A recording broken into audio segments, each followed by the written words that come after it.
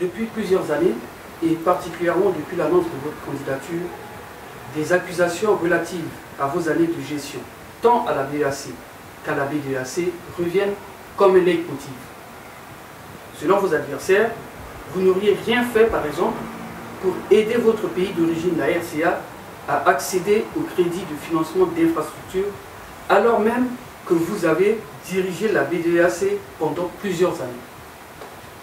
On dit que vous avez plutôt ordonné des placements illégaux, d'une part dans le réseau bancaire du groupe Futso, et d'autre part chez Madoff, moyennant des commissions. De même, on affirme que vous avez, contre l'avis des services compétents de la BDAC, accordé un prêt de 1,5 milliard de francs CFA à M. Zamba, pourtant reconnu comme le principal cerveau dans l'affaire des malversations au sein de la représentation de la BEAC à Paris. Avez-vous des éléments de réponse par rapport à ces affirmations? Alors, que je vous explique. Quand j'ai été nommé à la tête de la BEAC en septembre 2001, cette institution venait de passer plus de 10 ans sans aucun financement. Et les services fonctionnaient au ralenti. Plus de la moitié du personnel avait été licencié et les services se contentaient de gérer les quelques remboursements que certains clients faisaient. Et ces remboursements permettaient de payer le personnel et de faire fonctionner le minimum de services à la banque. Mais en fait, ils ne faisaient rien de particulier. Et les chefs d'État s'étaient réunis dans le but de fermer cette institution. Et finalement, ils se sont dit, on va lui donner une dernière chance. Et j'ai été appelé un peu comme pompier. J'ai fait des réformes hardies. Alors, quand vous arrivez à la tête de ce type d'institution, qu'est-ce qu'il faut faire? La première chose, j'ai noté qu'il y avait d'énormes arriérés dus par les États et les entreprises à qui la banque avait prêté. Donc, il fallait, en même temps que des réformes étaient faites dans l'organisation de la banque, dans les procédures et tout, il fallait faire du recouvrement. Nous bénéficions de la confiance des États et tous les États, à l'exception de la République centrafricaine, ont remboursé leurs arriérés. En même temps, certains des privés ont remboursé leurs arriérés. Alors, de jour en jour, nous nous retrouvions à la tête d'une masse d'argent, mais nous n'avions pas encore rempli toutes les conditions pour reprendre les financements. Donc, cet argent était placé. Et ce sont les fruits du placement qui permettaient de faire fonctionner la banque. Pour tout vous dire, avec les fruits des placements, j'ai doublé les effectifs du personnel, j'ai retapé entièrement l'immeuble de la banque et meublé de manière très moderne, j'ai équipé la banque en informatique, avec VSAT, téléphone un peu partout dans le monde par VSAT. Nous avons organisé une série de missions pour former le personnel et nous avons rempli petit à petit les conditions pour reprendre les activités avec l'argent des placements. Et dans ces placements, il y avait des placements en Afrique centrale, des placements en Europe, et parmi les placements en Europe, il y avait des placements en France, en Suisse et en Autriche. Nous faisions l'arbitrage de ces placements en fonction des notes qui nous remontaient des directions compétentes, qui parlaient à la fois du rendement des placements et des risques. Et c'est à partir de là que les décisions étaient prises. Une certaine somme avait été placée chez Banque Austria, qui est la plus grande banque de l'Autriche. Et vous savez que l'Autriche est une grande place financière. Banque Austria est la plus grande banque de l'Autriche. Et quand nous avons démarré nos placements, c'était une banque publique. Maintenant, elle a été rachetée par Unicredito, qui est une très grande banque en Italie maintenant. Mais quand je suis arrivé, ces placements avaient déjà commencé, n'est-ce pas? Et j'ai vu que les rendements étaient très bons. Et quand vous lisez les documents de ce placement, c'était sécurisé. Et d'ailleurs, Banque Austria est une banque triple A. Donc c'est le meilleur taux qu'on donne à une banque qui se porte bien. Et nous avions confiance parce que, petits comme nous étions, je suis arrivé, il y avait 36 personnes, dont peut-être 4 à la direction financière. Nous ne pouvions pas nous organiser, nous n'avions pas les capacités d'avoir tous les éléments pour apprécier des placements. Donc nous confions l'argent à des banques de premier rang qui pouvaient, elles, prendre soin de notre argent. C'est comme ça que les fonds Primeo, qui sont les produits gérés par Banque Austria dans lesquels nous avons mis cet argent, généraient des taux intéressants, je crois, depuis 1999. Des taux qui oscillaient entre 7,5% et 11%. Donc ça nous rapportait beaucoup d'argent et nous avons fait beaucoup de choses avec. À notre grande surprise, alors qu'en novembre, parce que tous les 3 mois, on nous envoie l'état de nos placements. Et en novembre 2008, nous avons reçu le dernier état de nos placements avec la valeur des 11 milliards qui étaient dans ce produit. Je parle de fin novembre 2008. Et le 15 décembre 2008, on nous écrit pour nous dire « Ah, finalement, vos placements là, on ne connaît plus la valeur parce qu'ils ont été réinvestis dans un fonds de Bernard Madoff. » Bernard Madoff, personne d'entre nous ne le connaissait. Personne d'entre nous ne connaissait ni Bernard Madoff, ni son existence, ni le fait qu'il ait des fonds. Nous connaissions Banque Austria avec un fonds qui s'appelle les fonds Primeo, qui était géré par Banque Austria. Et nous avons investi dans ces fonds. Et donc nous avons bien entendu entamé des procédures pour essayer de comprendre ce qui s'est passé. Et je dois avouer que j'ai eu le soutien, la banque a eu le soutien de tous les administrateurs et de tous les actionnaires. Je vous rappelle que les actionnaires, c'est les ministres des Finances et le Trésor français et la Banque africaine de développement. Nous avons eu le soutien de tout ce monde. On s'est mis en bloc pour essayer d'obliger l'autruche à prendre ses responsabilités.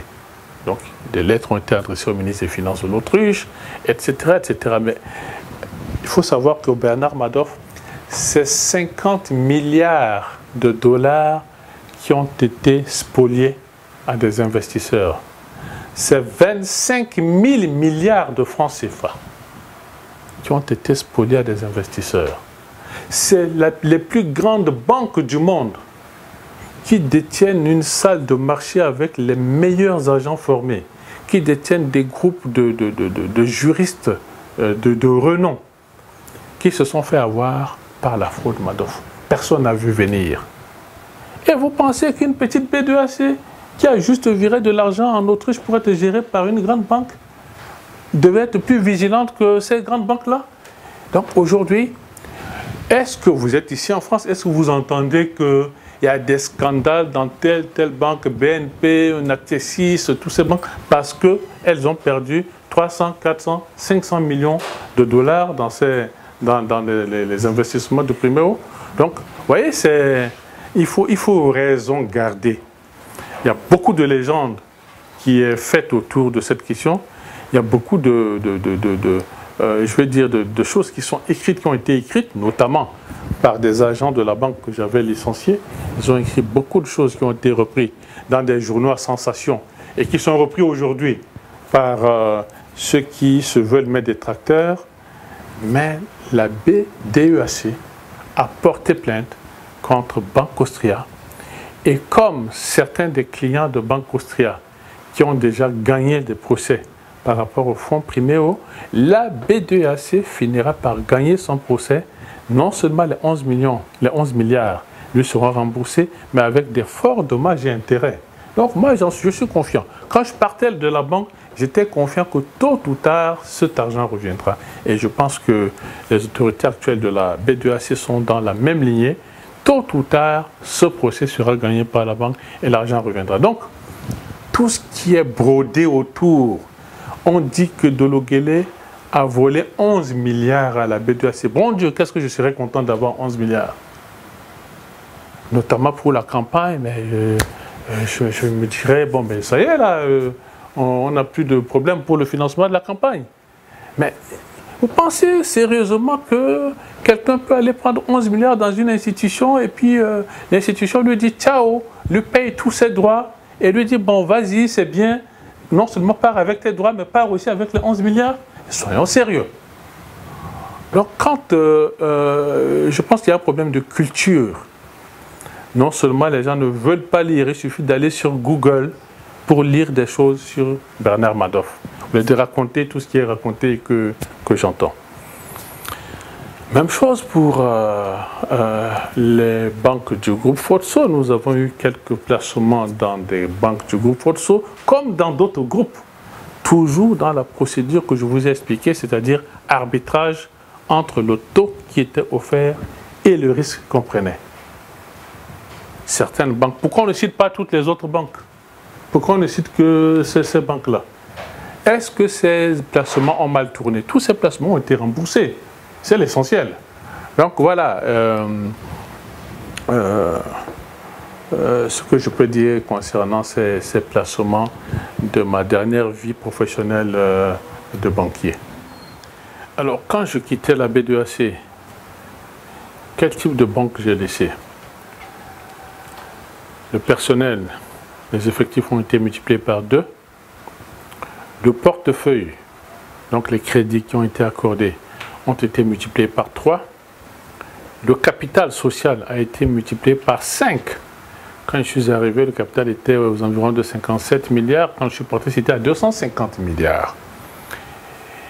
Le personnel a été formé et j'ai même pu dégoter auprès des institutions un budget de 17 millions de dollars pour moderniser la banque.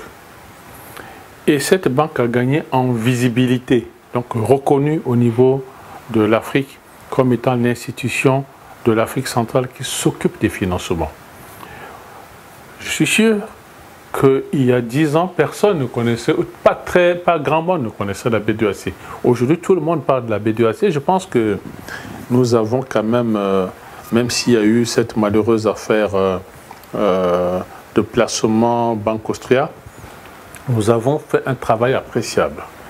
Maintenant, s'agissant de la République centrafricaine, je suis le premier chagriné par le fait que jusqu'aujourd'hui, ce n'est pas seulement jusqu'à mon départ, jusqu'aujourd'hui, la République centrafricaine n'a pas pu bénéficier de concours de la B2AC. Pendant mon séjour à la banque devenait crédible et devenait le véhicule par lequel des pays et des institutions passaient pour mettre de l'argent à la disposition de l'Afrique centrale. C'est comme ça que la France, notamment, à travers un fonds qui s'appelle l'ABG, met des fonds d'investissement à la disposition de la commission de la CEMAC, mais logés à la B2AC.